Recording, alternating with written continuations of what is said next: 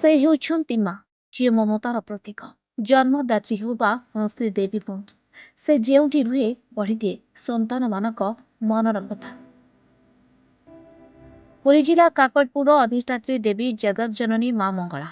ସେ ହେଉଛନ୍ତି ସର୍ବମଙ୍ଗଳା, ଯିଏ ଜନ୍ମ ଦିଅନ୍ତି ବିଶ୍ୱ ବ୍ରହ୍ମାଣ୍ଡର ଦେବତା ପ୍ରଭୁ ଜଗନ୍ନାଥ, ବଳଭଦ୍ର, ସୁଭଦ୍ରା ଏବଂ ସୁଦର୍ଶନ। କିନ୍ତୁ ବୃନ୍ଦାବନରୁ ଏକ ଭକ୍ତ କୋଳରେ ବିରାଜିତ ହୋଇ ମା ମଙ୍ଗଳା ପହଞ୍ଚିଛନ୍ତି କାକଟପୁର କ୍ଷେତ୍ରରେ। କଥାଟି ଶୁଣିଲେ ଆପଣ ମଧ୍ୟ ବୁଝିବେ ବିସ୍ମିତ, ଯାହାଙ୍କୁ ଦେଖିବା ପାଇଁ ଶ୍ରଦ୍ଧାଳୁଙ୍କ ଜମିଥିଲା ଭିଡ଼। ଏ କୋଳରୁ ସେ କୋଳ ଯାଉଥିଲେ ମା, ସତେ ଯେମିତି ମା ଆଜି ସଭିଙ୍କ ଝିଅ ହୋଇଯାଇଛି, ଭକ୍ତଙ୍କ କୋଳରେ ଖେଳୁଛି। ସେ ହେଉଛନ୍ତି କୋରାପୁଟ ଉମରକୋଟର 21 ବର୍ଷର ଯୁବକ ରାହୁଲ କୁମାର।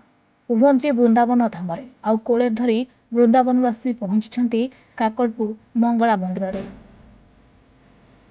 ରାହୁଲ କୁହନ୍ତି, ତାଙ୍କୁ ଯେତେବେଳେ 12 ବର୍ଷ ହୋଇଥିଲା, ସେ ସ୍ନାନ ପୂର୍ଣ୍ଣିମା ଦିନ ଆସିଥିଲେ ପୁରୀ।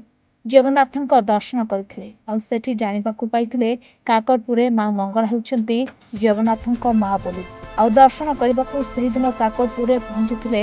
ଆଉ ପ୍ରତ୍ୟେକ ବର୍ଷ ସ୍ନାନ ପୂର୍ଣ୍ଣିମା ଦିନ ସେ ପୁରୀ ଆଉ ତାପରେ କାକଟପୁରରେ ପହଞ୍ଚି ଦର୍ଶନ କରନ୍ତି ମା ମଙ୍ଗଳା। କିନ୍ତୁ 3 ବର୍ଷ ତଳେ ସେ ବୃନ୍ଦାବନରେ ଥିଲେ। କୌଣସି କାରଣରୁ ଆସି ପାରିନଥିଲେ ରାହୁଲ, ଆଉ ବୃନ୍ଦାବନରେ ମାଙ୍କୁ ମନେ ପକାଇ କାନ୍ଦିଥିଲେ ଆଉ ଅନୁଭବ କରିଥିଲେ ମାଙ୍କ ପ୍ରତିମାକୁ। ସେହି ସମୟରେ ରଙ୍ଗ ତୁଳି ଧରି ଆଙ୍କିଥିଲେ ମାଙ୍କ ଛବିକୁ। ସେତିକିରେ ମନ ବୁଝି ନଥିଲା ରାହୁଲଙ୍କର।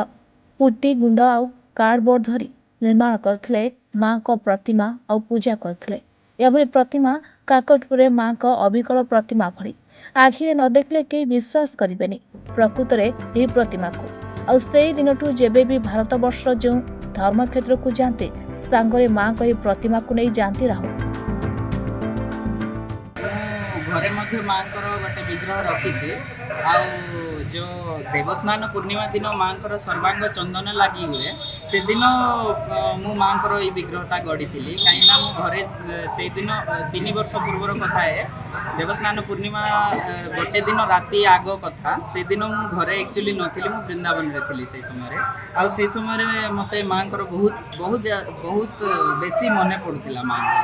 ତେଣୁକରି ମୁଁ ବସିକିରି ଭାବୁ ହିଁ ମୋତେ ଟିକେ ଲାଗିଲା ଯେ ମାଙ୍କର ମୁଁ ଗୋଟେ ଛବି ଆଙ୍କିକି ପୂଜା ଅର୍ଚ୍ଚନା ସବୁ କରିଦେବି ଆଜିକା ଦିନରେ। ତାପରେ ମୁଁ ଛବି ଆଙ୍କୁ ଏଇ ବିଗ୍ରହ ନିଜେ ଗୋଟେ ଛବି, ତାପରେ ମାଙ୍କର ଚେହେରା, ତାପରେ ମାଙ୍କର ଭୁଜ, ତାପରେ ମାଙ୍କର ପୟର ହେଇକିରି ମା ପୂର୍ଣ୍ଣ ବିଗ୍ରହ। ସେ ଗୋଟେ ରାତି ଭିତରେ ହିଁ ମା ବିଗ୍ରହ ପୁରା ସୃଷ୍ଟି ହେଇଯାଇଛନ୍ତି। ନିଜ ହାତରେ ସେ ନିଜେ ଗଢ଼ିଛନ୍ତି, ମୁଁ ଗଢ଼ିଛି ବୋଲି ମୁଁ କେବେ କହିବି। ଆଉ ତାଙ୍କ ପାଇଁ କାକଟପୁର ମା ମଙ୍ଗଳାକୁ ସାରା ଭାରତ ବର୍ଷରେ ପରିଚିତ କରାଇଛନ୍ତି। ଏ ହେଉଛନ୍ତି ସେହି ମା, ଯିଏ କୋଟି ବ୍ରହ୍ମାଣ୍ଡର ଠାକୁର ଜଗନ୍ନାଥଙ୍କ ଜନ୍ମଦାତ୍ରୀ। ଆଉ ବୃନ୍ଦାବନରୁ ଆସି ହଠାତ୍ ପହଞ୍ଚିଛନ୍ତି ମା ମଙ୍ଗଳାଙ୍କ ମନ୍ଦିରରେ। ନିଜ ଘରେ ମା ମଙ୍ଗଳାଙ୍କ ଏକ ପ୍ରତିମାକୁ ସ୍ଥାପନ କରିଛନ୍ତି ରାହୁଲ। ଆଉ ପ୍ରତ୍ୟେକ ଦିନ ପୂଜା ସାରି ଯେତେବେଳେ ସେ ମାଙ୍କ ନିକଟରେ ହାତ ଉଠାଇ ମାଗନ୍ତି, ମା ନିକଟରୁ ଖସି ଆସେ ଫୁଲ, ଯାହାର କିଛି ଦୃଶ୍ୟାତ୍ମକ ଭିଡିଓ ପହଞ୍ଚିଛି ଆମ ନିକଟରେ। ରାହୁଲଙ୍କ ସହିତ ବୃନ୍ଦାବନରୁ ଆସିଛନ୍ତି ତାଙ୍କର ଭଉଣୀ।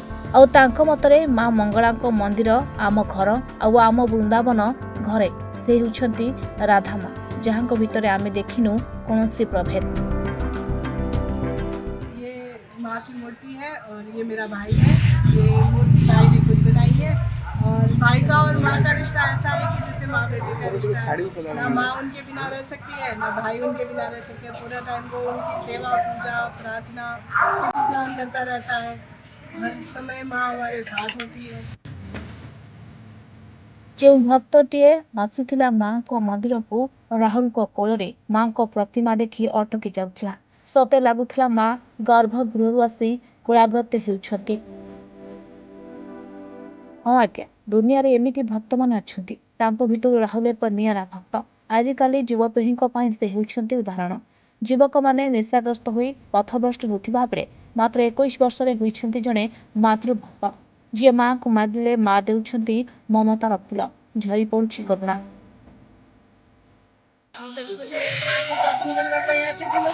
ଆସିବା ଭିତରେ ଦେଖିଲୁ ଜଣେ ପୁଅ ମାଆଙ୍କର ବିଗ୍ରହ କରି ଛିଡ଼ା ହେଇଛନ୍ତି। ତେଣୁକରି ମାଆକୁ ଆମେ ଭିତରେ ଦର୍ଶନ କଲୁ। ମାଆକୁ ତ ଆମେ କେବେ ଛୁଇଁ ପାରିବୁ ନା, ଧରିପାରିବୁ ନା। ତେଣୁକରି ଆମେ ए पोटाल मार के काखे नेले कोले नेले काकटपुर आर्य विश्वनाथ रिपोर्ट रिपोर्टर्स टुडे।